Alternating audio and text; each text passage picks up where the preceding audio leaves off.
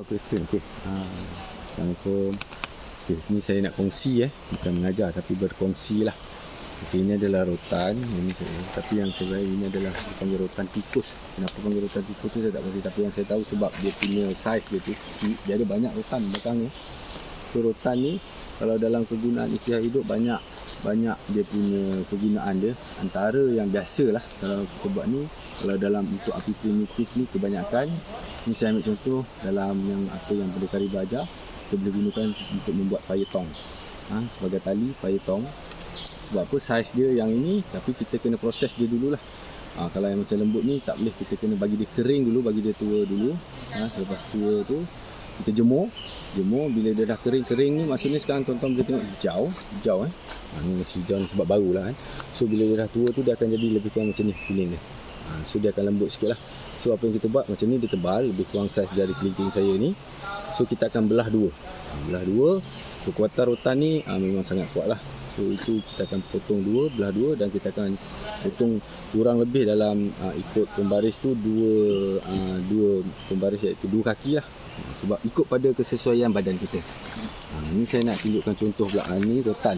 Ni pun rotan kalau mungkin yang tak pernah kenal rotan lah, yang tahu tu tahulah. Ni pokok rotan. Rotan ni macam mana kita nak kenal pokok dia adalah ni saya tunjukkan pokok rotan. Ni rotan ni tak tapi besar. Di mana pokok ni? Okey. Pokok rotan. Belakang. Tu je. Yang besar. Ini.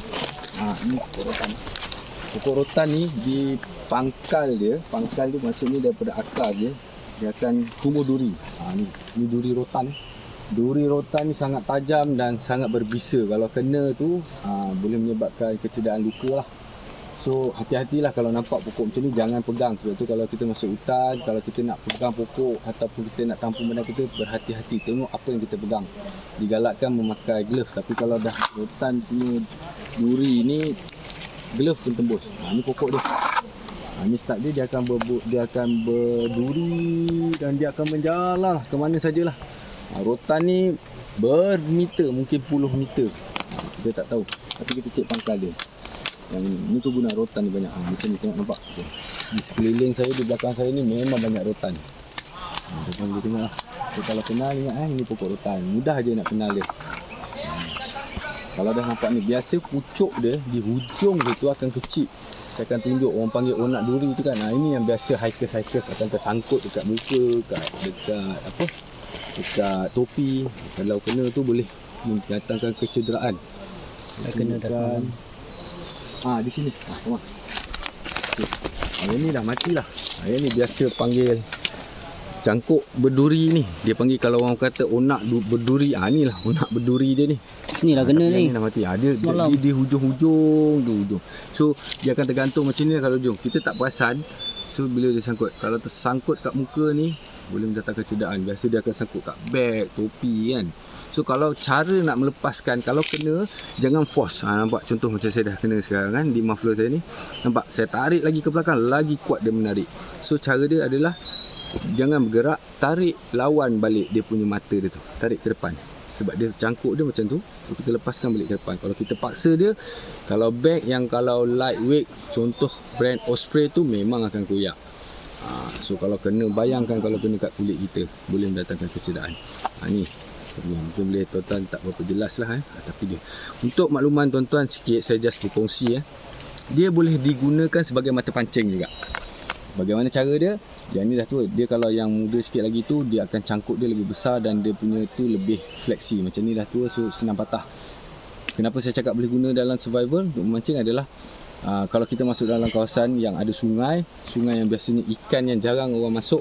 Ikan-ikan ni dia jinak ataupun dia liar, dia tak pernah tengok manusia. Jadi apa yang kita guna, kita tarik lebih kurang panjang dalam mungkin 2 jengkal saya ni. Dia punya ni saya anggapkan contoh ni lah yang tadi tu. Cara guna dia adalah kita duduk di dalam sungai kan.